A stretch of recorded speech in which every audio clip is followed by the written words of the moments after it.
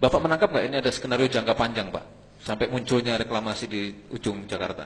Iya, saya kira reklamasi kan salah satu, tapi jangka panjangnya ya orang-orang Cina itu ingin menguasai kita, menguasai lewat ekonomi, lewat penguasaan lahan, ya. Lahan itu tidak cuma misalnya di kota-kota besar, perkebunan pun mereka sudah kuasai gitu. Jadi bisa dibilang ya kalau diukur secara ekonomi mungkin 70-80% sudah mereka yang menguasai kita. Ya, ekonomi itu kan ada aspek misalnya penguasaan lahan di kota-kota besar, daerah bisnis, perkebunan, ya, dan macam-macam lah, hampir semua lah saya kira ya. Mereka sudah kuasai gitu.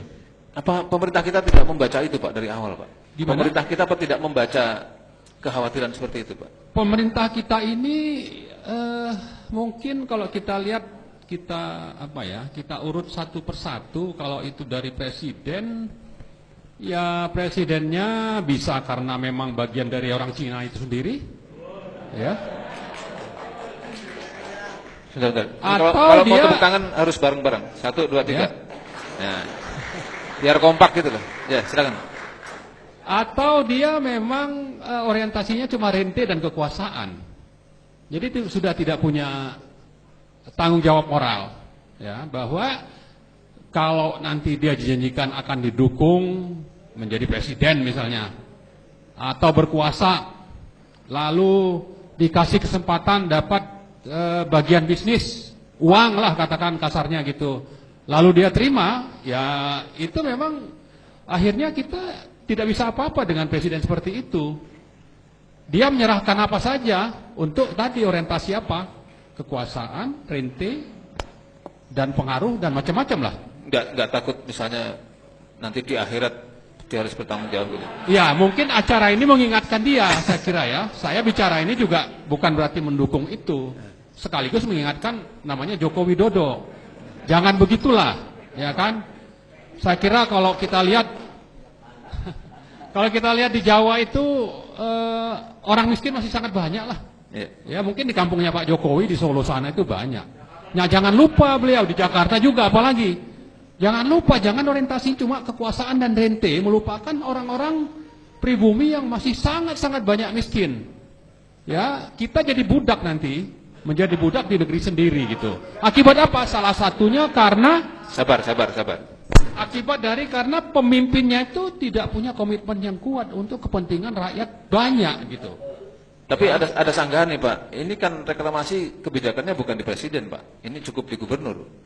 Oh iya, tapi kan keputusan itu paling tinggi kan ada di presiden. Tetap ya. Ya, tetap saja. Makanya kita menyayangkan bahwa waktu ada keputusan rapat koordinasi 4 kementerian, Ya. Kemenko Maritim, Ya. LH, KKP, Perhubungan, sudah jelas kan? Itu di stop. Mestinya kan di endorse, dikukuhkan oleh yang namanya Joko Widodo. Ya kan? Tapi dia ganti dulu menterinya. Kenapa tidak, Pak, waktu itu, Pak? Ya? Analisa Bapak, kenapa Jokowi tidak melakukan itu, Pak? Ya karena memang dia bukan orientasi untuk rakyat tadi kan. Orientasinya untuk siapa? Untuk pengembang, untuk orang-orang Cina. Baik yang di sini maupun yang ada di daratan sana. Kepentingannya menguasai kita gitu. Ini Bapak mengatakan lugas sekali, datanya memang valid ya, Pak? Lah kalau tidak nanti silakan aja, saya juga siap gitu. Untuk diinterogasi atau apa. Takbir! Ini data sudah siap. Secara statistik sudah siap, data sudah siap. Faktanya memang begitu, bagaimana? Baik, Pak. Satu lagi, Pak. Ini kan kepentingan pengusaha, dan pengusaha. Tapi Bapak tadi mengatakan ini Cina di sana. Ini apakah pengusaha berdiri sendiri atau Cina sebagai sebuah negara, Pak? Ya dua-duanya saya kira. Dua-duanya. Ya, salah satu fakta misalnya kan Ahok itu pernah bilang supaya Jokowi itu sadar dia jadi presiden karena dukungan dari konglomerat pengembang itu salah satunya gitu. Atau salah 9-nya gitu kan. Salah 9. Ya, jadi ini kan fakta. Ya. Tapi yang disayangkan mana ini DPR kok diam aja gitu. Ya kan? Kenapa DPR diam tuh, Pak? Ya, mungkin bagian dari itu dapat rente, ya kan? Nah, juga kita sayangkan misalnya yang namanya KPK. Ya, banyak sekali orang itu mendukung KPK supaya tetap eksis. Oke lah, kita setuju. Tapi KPK yang seperti apa? Jangan KPK yang menjadi bagian dari alat kekuasaan.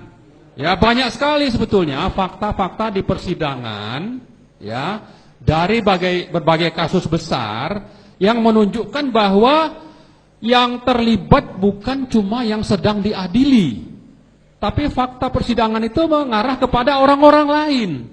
Tapi KPK itu berhenti. Orang lain itu siapa, Pak? Ya, maksudnya kalau kita bicara reklamasi, Gubernur. bukan cuma orang yang sudah dihukum yang dari Podomoro itu saja sebetulnya. Bosnya Podomoro, bos besarnya itu juga terlibat. Tapi kan KPK diam, berhenti. Ya. Lalu juga kasus yang melibatkan Ahok. Begitu banyak bukti yang sudah dikumpulkan dan disampaikan kepada KPK untuk misalnya kasus Rumah Sakit Sumber Waras, atau kasus tanah BMW, atau tanah yang di Cengkareng. Banyak, tapi kemana KPK?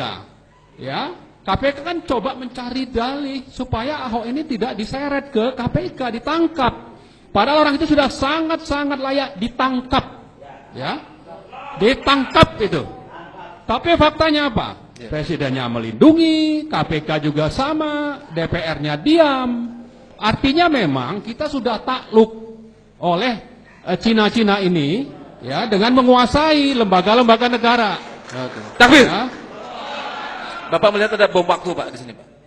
Ada bom waktu di sini, Pak. Ya, saya kira bom waktu semuanya tidak kita inginkan.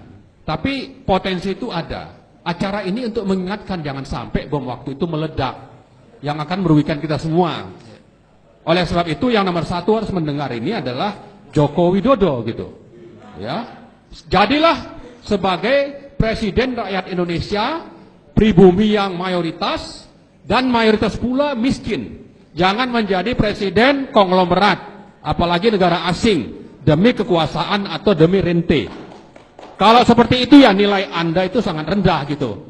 Ya kan, harusnya kan kita menjunjung tinggi moralitas dan kemanusiaan.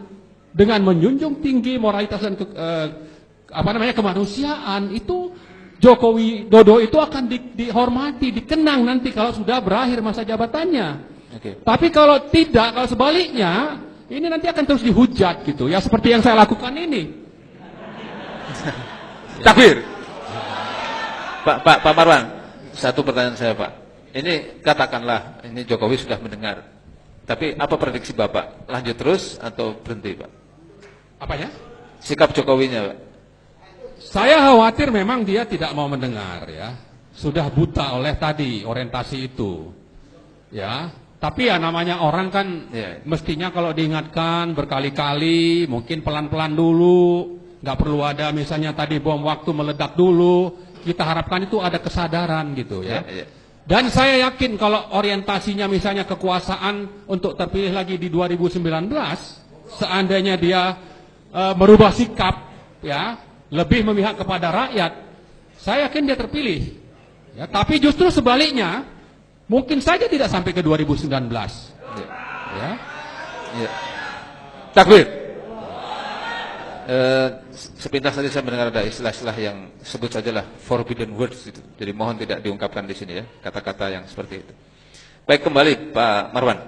Jadi kalau begitu ada bahaya Cinaisasi di balik reklamasi Teluk Jakarta, jawabannya sebuah kepastian. Itu hal yang sangat valid ya.